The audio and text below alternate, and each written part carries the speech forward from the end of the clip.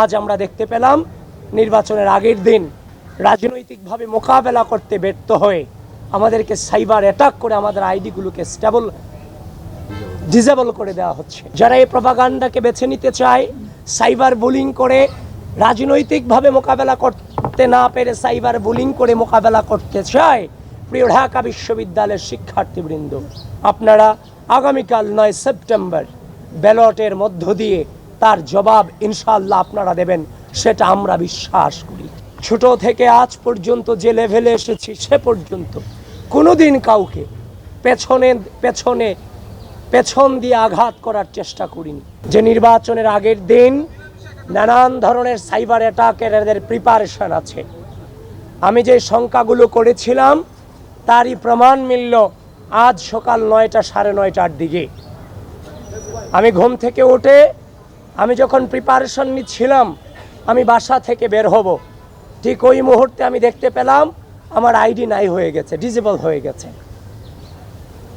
আমি বিভিন্ন প্রমাণাদির মধ্য দিয়ে ইনস্ট্যান্ট আপিল করে আমি প্রাথমিকভাবে আমি আমার আইডি নিয়ে আসছিলাম।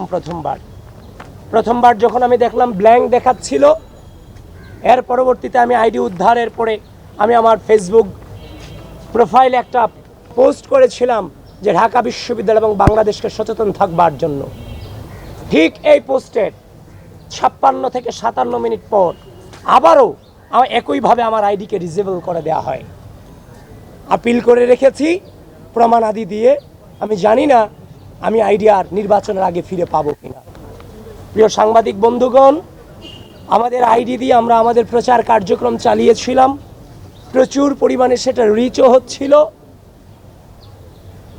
আমরা আমাদের এই ক্ষুদ্র জীবনে ছোট থেকে আজ পর্যন্ত যে লেভেলে এসেছি সে পর্যন্ত কোনোদিন কাউকে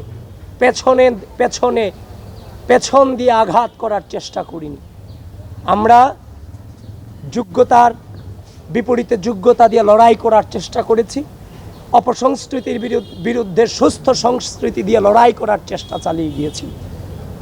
আজ আমরা দেখতে পেলাম নির্বাচনের আগের দিন রাজনৈতিকভাবে মোকাবেলা করতে ব্যর্থ হয়ে আমাদেরকে সাইবার অ্যাটাক করে আমাদের আইডিগুলোকে ডিসেবল করে দেওয়া হচ্ছে। প্রিয় সাংবাদিক বন্ধুগণ, এই ঢাকা বিশ্ববিদ্যালয় 5 আগস্ট পূর্ববর্তী সময়ে আমরা লড়াই সংগ্রাম চালিয়ে গেছি সকল রাজনৈতিক অপসংস্কৃতির বিরুদ্ধে, এবং 5 আগস্ট পরবর্তী সময়ে সুস্থ রাজনৈতিক সংস্কৃতি চর্চা করতে গিয়ে আমরা একটা অদৃশ্য শক্তির বিরুদ্ধে এই ক্যাম্পাসে লড়াই চালিয়ে গিয়েছি, যারা শিক্ষার্থীদের মানবাধিকার বিশ্বাস করে না, যারা শিক্ষার্থীদের মত প্রকাশকে ভয় পায়। প্রিয় ঢাকা বিশ্ববিদ্যালয়ের শিক্ষার্থীবৃন্দ, আমাদের পথ চলা শুধুমাত্র কয়েক মাসের জন্য নয়। 2016 সাল থেকে আজ অবধি পর্যন্ত আমাদের একটা দীর্ঘ পর্যায়ের মধ্য দিয়ে পরিস্থিতি মোকাবেলা করার মধ্য দিয়ে আজকের এই জায়গাটুকুতে দাঁড়িয়েছি। জীবনে কোনোদিন অন্যায়ের সাথে আপোষ করিনি, শিক্ষার্থীদের স্বার্থের প্রশ্নে আপোষ করিনি, বাংলাদেশের স্বাধীনতা সার্বভৌমত্বের প্রশ্নে আপোষ করিনি। আজকের এই দিনে আমার এই একটা প্রেস ব্রিফিং করা কোনোভাবেই কাম্য ছিল না এবং একদম অনাকাঙ্ক্ষিত ছিল।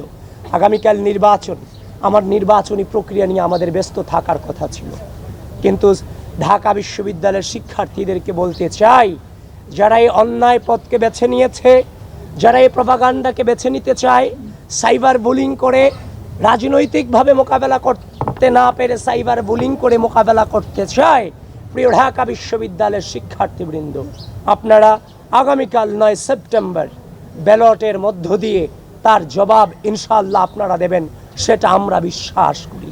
জীবনের প্রতিটি পড়তে খুব বাজে সিচুয়েশন অতিক্রম করেছি, কিন্তু বারবার একটা বাক্য উচ্চারণ করেছিলাম যে মিথ্যার শক্তিতে কেউ বিভ্রান্ত হয়েও না। আজ ওই মধুর ক্যান্টিন থেকে বলতে চাই, মিথ্যার শক্তিতে কেউ বিভ্রান্ত হবেন না, সত্যের জয় সুনিশ্চিত। এবং আবারও বলছি, প্রিয় ঢাকা বিশ্ববিদ্যালয়ের শিক্ষার্থীবৃন্দ, ঝড় থাকুক, বৃষ্টি থাকুক, যত প্রতিকূল আবহাওয়া কিংবা পরিস্থিতি থাকুক, আগামীকাল সকল অপপ্রচারকারীদের জবাব আপনাদের ব্যালটের মধ্য দিয়ে দিতে হবে। এবং হয়তোবা আমাদের আইডি দিয়ে আর কোনো প্রচার প্রচারণা কিংবা আহ্বান আমরা জানাতে পারবো না। প্রিয় সাংবাদিক ভাইয়েরা, আপনাদের মধ্য দিয়ে গোটা জাতিকে এবং ঢাকা বিশ্ববিদ্যালয়ের শিক্ষার্থীদেরকে আহ্বান করতে চাই, আগামীকাল আমাদের প্রত্যেককে নেতৃত্ব দিতে হবে। নেতৃত্ব মানে দায়িত্ব পালন। এই রাষ্ট্রের ক্রুশাল মোমেন্টে প্রার্থী হিসেবে আমরা দায়িত্ব পালন করব।